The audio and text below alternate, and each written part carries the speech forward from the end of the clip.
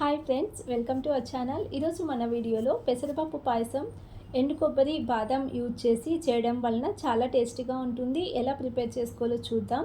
ముందుగా స్టవ్ పైన ఫ్యాన్ పెట్టుకుని 3/4 కప్పు వరకు పెసరపప్పు తీసుకుంటున్నాను.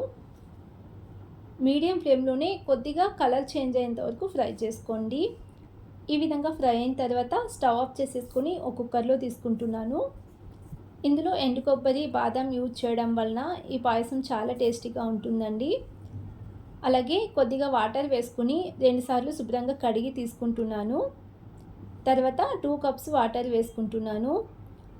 కుక్కర్ మూత పెట్టి 2-3 విజిల్ వచ్చిన తర్వాత స్టవ్ ఆఫ్ చేసుకోండి. అలాగే ఒక చిన్న మిక్సీ జార్లోకి 1/2 కప్ వరకు ఎండు కొబ్బరి తురుము, 20 బాదం వేసుకుంటున్నాను.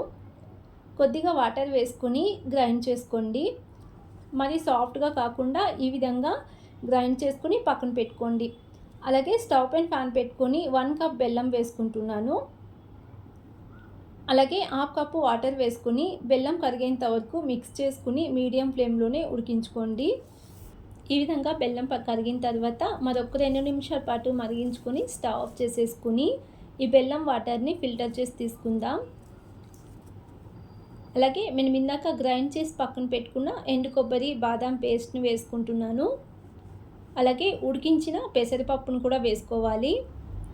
తర్వాత లో ఫ్లేమ్లోనే మూత పెట్టి ఒక 2-3 నిమిషాల పాటు ఉడికించుకుందాం.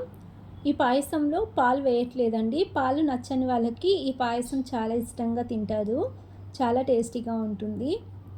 2-3 నిమిషాల తర్వాత స్టవ్ ఆఫ్ చేసేసుకుని మరో పక్కన స్టవ్ పైన ఫ్యాన్ పెట్టుకొని 2 స్పూన్ల నెయ్యి వేసుకుంటున్నాను.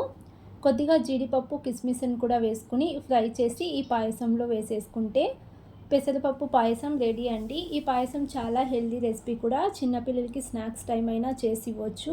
అలాగే పాలు నచ్చని వాళ్ళకు కూడా ఈ విధంగా ఒకసారి చేసిస్తే చాలా ఇష్టంగా తింటారండి. చాలా హెల్దీ రెసిపీ, అలాగే ఈజీగా ప్రిపేర్ చేసుకోవచ్చు.